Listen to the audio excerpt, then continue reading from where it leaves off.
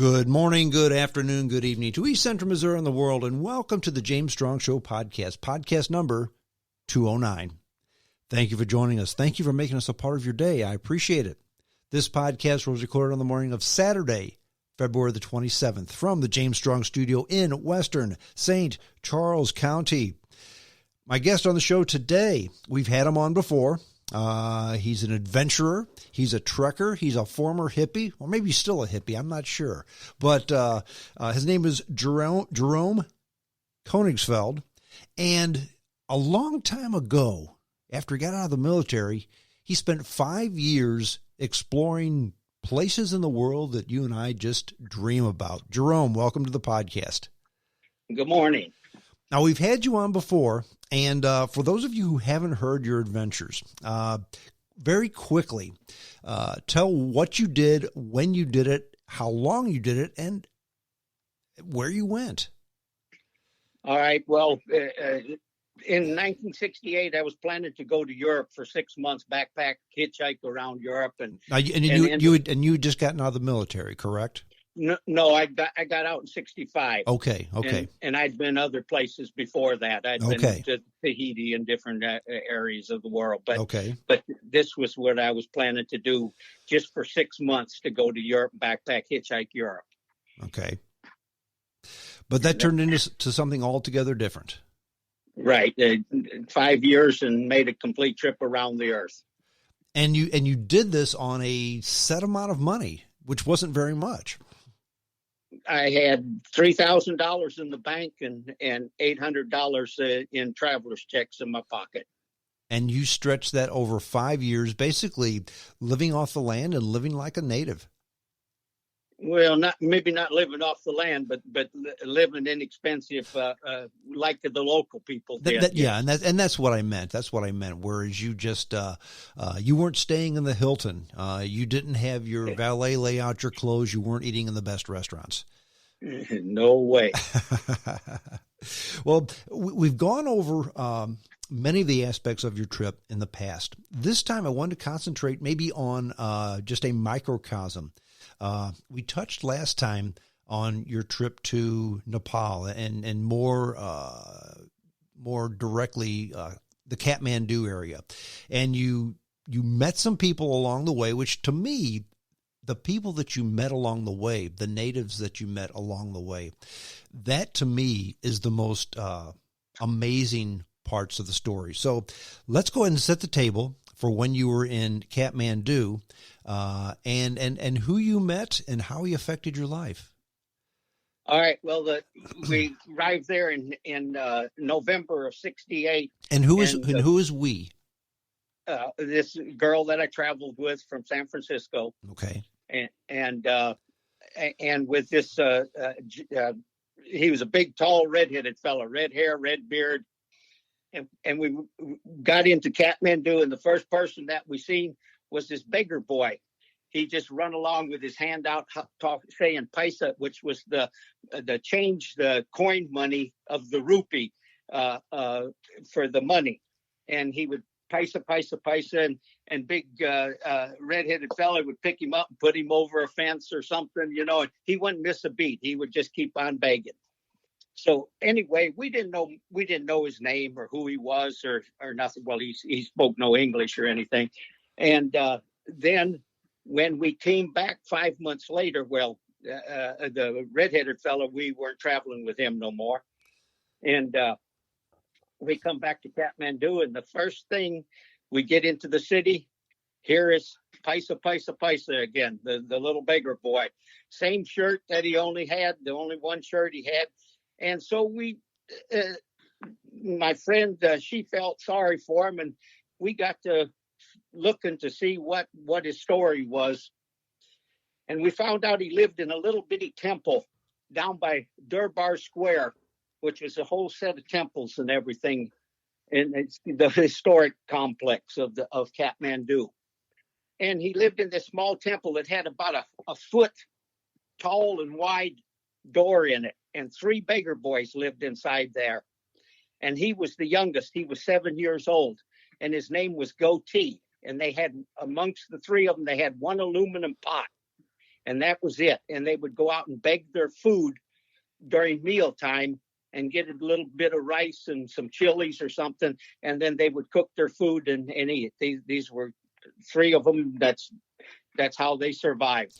Now, did you ever find out why they were orphaned? Why they didn't have parents or someone else watching for them? Well, we did with Gothe. His mother was Indian. His father was Nepalese, and he was a woodcutter. He would go up into the hills and cut wood, carry it on his back down and sell it. Real poor, very poor. Mm-hmm. Well, he died. And of course, now we found this all out later. He died, and his mother just left him and went back to India. Wow. And he wasn't from Kathmandu. He was from a little village north of Kathmandu. And he got a ride there, I guess, just this jitney that was a little taxi that hauls people in the back, brought him into the city. And that's how he got into Kathmandu. Now, why did he decide to come to Kathmandu? Did somebody just tell him? I mean, this is a 7-year-old child. No, them people brought him in because there was more there, I guess, and there was nothing for him out there in that village. I'll tell you eventually we went to that village. Okay. This was years later, though. And so anyway, my friend, she felt really sorry for him and said, well, we got to do something. So she took him to a tailor and had him measured and had him some jean pants made and a shirt and some canvas shoes. She bought him socks. Maybe not socks, but the shirt and pants and canvas shoes. Well, he had impetigo all over his body. I didn't know what it was. I knew he had sores all over him. So I took him to the hospital. And that's what they told me it was. And they gave me a powder. And so I took care of that part of him, took him home, made him bathe and shower. And then I put this here. You had to mix it up in a kettle and it turned purple and you'd pour it over him. And to take that to cure him. And it was really funny because after this was done over 3 times to clear it up. Mm-hmm, mm-hmm. And after it got him all cleaned up, took care of the impetigo and stuff, he opened his mouth and showed me he had a rotten tooth in his head. He wanted me to take care of that too. And did you? It was funny just the way he did it, I mean, I was helping him, so I mean he needed that taken care of too. So anyhow, after we got him all cleaned up, she went back and got him his clothes and his jean pants and shirt and shoes. And he was like a peacock walking around town. I mean, that boy was smiling from ear to ear, and he would look down at himself, and he had never had nothing like that in his life. So anyhow, he stayed with us in our hotel room. We fed him, and we went all through the city, just walking. And one of the places we used to go to was the monkey temple. It's Swinbunath Stupa. But we'll call it, that's what it was known for because it was full of monkeys, and it was the monkey temple. And we used to walk across all the way from Kathmandu up to the northeast part of the town, and it was all fields. And now it's all grown up, and they got stores and hospitals and everything. But we'd walk up to the monkey temple, and it was to get to the top, you had to climb 365 steps. Now I'm looking on a map of Kathmandu, and the Dubar Square where you were located. It's on the east side of a river. Pronounce that river for me.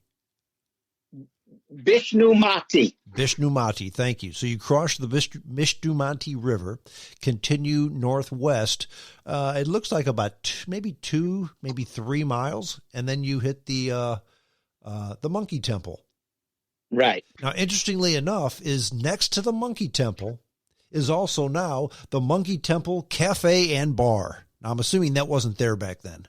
Well, that's on the edges of it. That's not up there, but it's grown up all around there. I mean, in fact, they did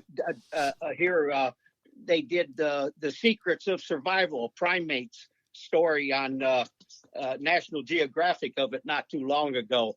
And like I say, it's completely different from when we was there, but it's still the monkey temple. Right. And when you would go up there, usually the fruits and vegetables and stuff over on that. Well, let's tell what businesses were along there was the Tibetans, and they would be weaving their blankets or cloth or whatever they were weaving, and you could just stop by their house was open. They were doing it right in their house, and they just open it up, and you could just walk by and stand there and watch them weave, whatever they were making. Okay, I have a question. You say the Tibetans. Now you're in Kathmandu, which is Nepal. What's the difference between a Nepalese and a Tibetan? Because it's still the same region. How are they different? Well, because they were driven out of Tibet from because of the Chinese. Okay. And they look different. Their ways are they're Buddhist. And the Nepalese are mostly Hindu. Okay. But there are some Buddhists too, but they're basically Hindu, where the Tibetan are Buddhists. Okay. And okay. When you come back from there, along the way, there was usually markets, and they had fruits and vegetables and stuff like that. Well, usually you'd buy some oranges and bananas and stuff and carry them back. But there were you had the monkeys at the monkey temple, but you had bands of monkeys that weren't at the monkey temple. They were not allowed up there, and they would come after you. And if you had fruits like oranges or bananas or anything like that, they'd come after you. And if you didn't take one and throw it as far as you could in the opposite direction of what you're going, they would raid you and take your stuff from you. I guess those were hungry monkeys. They were hungry, and they didn't play games. And then you had a lot of wild dogs and crazy mangy dogs and stuff that would come after you and stuff too. But that was all open. And like I was saying, that was all farmland there at that time. And it was rice paddy. But during the summer, when it was dry, it would all grow into marijuana. And it would grow. It would maybe get about 2 foot tall, and then they'd turn it into the soil and be ready for the next rain for the monsoons to plant their rice again. So they just used it as a cover crop, not necessarily a cash crop. It grew natural. Okay. It just grew, and then they'd turn it in. So anyway, we like I said, hung around there and just talked to Gothe and tried to, because he didn't speak English, we didn't speak Nepalese. We tried to find out as much about him, and like I said, we found out that his mother had went back to India, just left him and everything. So there was an orphanage there. So one day at the monkey temple, or in... No. This was in the city, in another part of the city, and so we took him over there and talked to I don't know if I'm saying it right. Bol Mundi was the name of the orphanage, as far as I remember, and it was a head woman that run the place, and we talked to her, and we told her what the story was and everything, and anyhow, we after some time, I think the second time we went back there, they allowed us. I had to sign him into the orphanage, and it was weird, kind of. But anyway, got him all signed in and everything. And of course, he was a city, just lived on the streets, and he different than a lot of the other kids were.